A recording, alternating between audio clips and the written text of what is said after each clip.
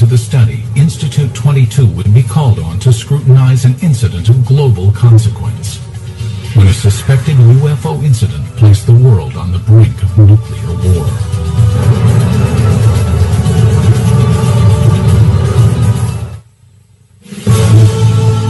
The early 1980s were a time of tense relations between the Soviet Union and the West.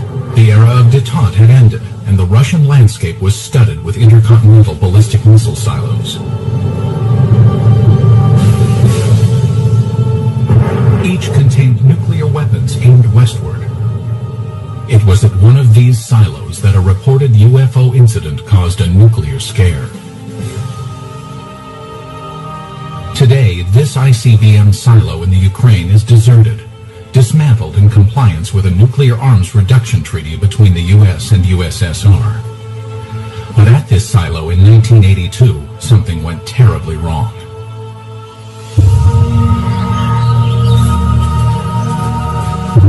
It started at approximately 6 p.m. when soldiers and villagers in the nearby town of Bielo-Korovichi witnessed a strange object in the dusk sky.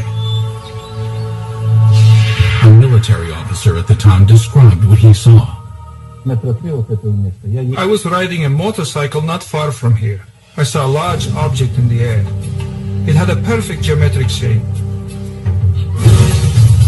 At the same moment inside the silo, an emergency warning light indicated that a nuclear missile had switched to launch mode.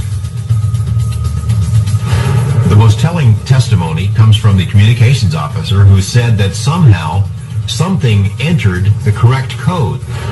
But Moscow had not ordered a launch, nor had any personnel in the bunker touched the control panel. For 15 agonizing seconds, technicians frantically scrambled to stop the launch. Then, without explanation, the launch sequence was aborted. They were ready for launch. The UFO, poof, goes away. Poof, the command control module goes back to normal. Had a UFO somehow interfered with the launch controls of a nuclear missile? A team of investigators from Institute 22, the secret state-sponsored UFO research team, was immediately ordered to the missile base. They established within a very short period, literally half a day, that a military training exercise took place at the nearby aerial ground. Investigators learned that the sighting occurred at the same time and in the same area where the military was testing flares. Dropped out of planes, the flares provided 5 to 7 minutes of illumination.